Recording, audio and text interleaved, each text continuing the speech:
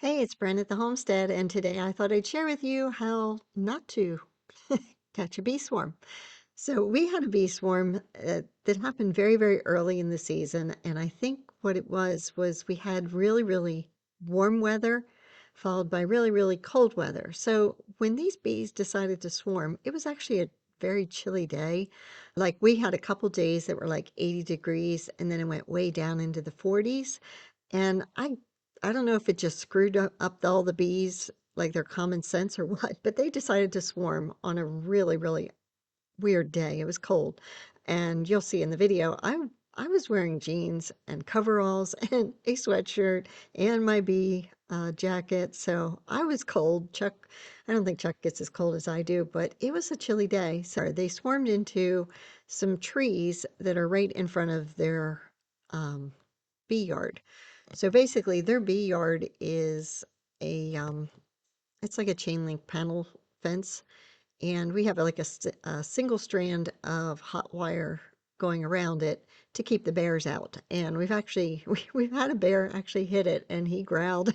He was not a happy camper, but so that's our bee yard. And they didn't, like I said, they really didn't go that far. They only went like 15 feet, but they went way up in a tree. So Chuck goes and gets one of the saws, and he must have picked the dullest saw that we own because he had so much trouble with it. This is like one fiasco after another with this whole swarm. There you see him. He's struggling with his saw. So eventually he gives up. He throws the saw and he goes and gets another saw. Well, that one wasn't much better.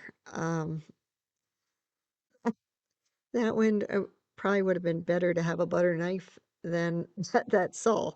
But he was just too stubborn at that point. He wasn't going to go back down and find another saw, so continue on. And then about midway through, he goes, "Hey, do we have a hive ready?" I mean, you would think this is our first rodeo. We've had bees well over a decade and maybe longer than that, especially for me. So you would think we would know what we're doing, but no, we don't. So he gets tired of trying to get this tree and he stops and we take a break and we go and get a hive ready, which it was just, we threw it together. I think we had one short frame that we threw in there just because we were just struggling. This was not on our list. And you know how it is, like the first beginning of the spring, like the first warm days, you want to get out and do things. The bees were like the last thing on our list. And that early in the season, they were definitely the last thing on our list. So this was just like one more wrench in our day. Um, and so yeah, we got the hive together, and he goes back to this poor tree, this poor tree. All those trees in front of that uh, bee yard are coming down anyway. So this is not like we're losing anything right here. So the plan was he was going to cut through this branch part of the way and then gently lower it down, and I was going to help him with that. Down, I want to get up as high as I can to get some weight off. I don't know what that's going to weigh, but probably 10 or 15 pounds worth of bees there. So anyhow, he's going to bend this tree down, and there's another branch that the swarm is actually on, way up in the tree. We just couldn't get to it. So this was the plan, but plans don't always go as they are supposed to. Whoa! Oh shit, that wasn't supposed to happen. So now we have angry bees, and they're flying everywhere. They were all there, but apparently the queen was not there with them. She had fallen to the ground, but we thought she was still on this branch, so we cut this branch off and put it into the basically what you do is, if you've never done it before, you just put them on the hive, and usually if the queen's there and she likes the spot, she'll stay. So normally this is how we do it. We just take the branch, we lay it on top of the hive, and they all go right in and everybody's happy again. And as you see there in the video, we do put a ratchet strap underneath. If you've never moved a hive before, that will make your life a lot easier. What you want to do is you want to capture the hive And then at the end of the day, when the sun goes down, they all go back in. So you take a wet rag, like a wet towel, and stuff in that hole where they go in and out, ratchet strap everything together, and move them back into the hive yard so that they, stay there and nobody gets them. But these guys, we didn't realize that queen was still there on the ground, and we couldn't find her anywhere. So after they realized that the queen wasn't in the box, all the bees that were in the box went back to where the queen was, which she was laying on the ground. So that's where they ended up.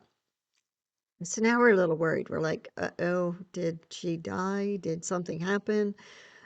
Did she get injured and she's not going to get to the box?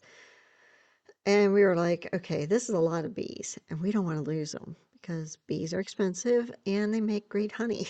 And they are great pollinators. We find them all over the property. So I don't want to lose bees.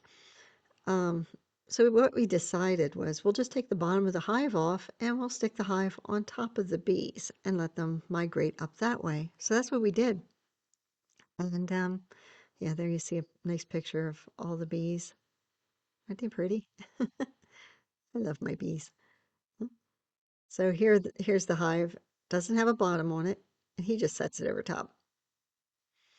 And we're like, well, it's either going to happen or it's not going to happen. You know, this was not in the plans for the day, but that's what we did. So left them go. We went in, ate dinner, came back out, and they actually went in. And she was in there with her worker bees. And so he decided just put down the bottom with the ratchet strap underneath, of course, and then just lift the hive onto the bottom, ratchet strap it all together, and then when the sun goes down, we'll take it back into the bee yard. So here we see him carefully putting our hive back on. And they were mostly all up there. There were very few on the ground, so we were pretty sure that the queen was in there. So here he is. He's ratchet strapping it all together. That way, when it gets dark, that's the other thing. When you're moving them, it's dark and you can see how it is there. It's kind of, there's a tripping hazard. Maybe we should cut that, right?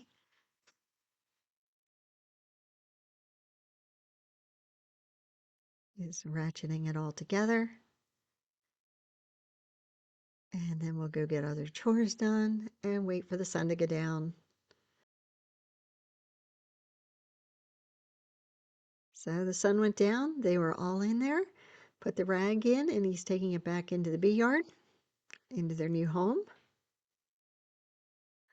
The hive they came from is actually at the other end of that bee yard, and we put them at this end.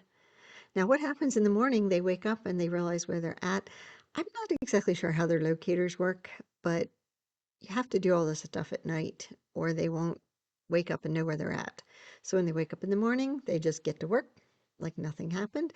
And that hive is surviving very well right now. So we're actually getting ready to put another box on top of it for them to expand. So they are doing really well. So everything ends well. But yeah, it was not that is not the classic way to do anything. The two bumbling beehive people out there um, gathering their bees back up. So I hope you enjoyed that. Maybe you learned something. Let me know if you're a beekeeper. Talk to you later. Make it a great day. Bye.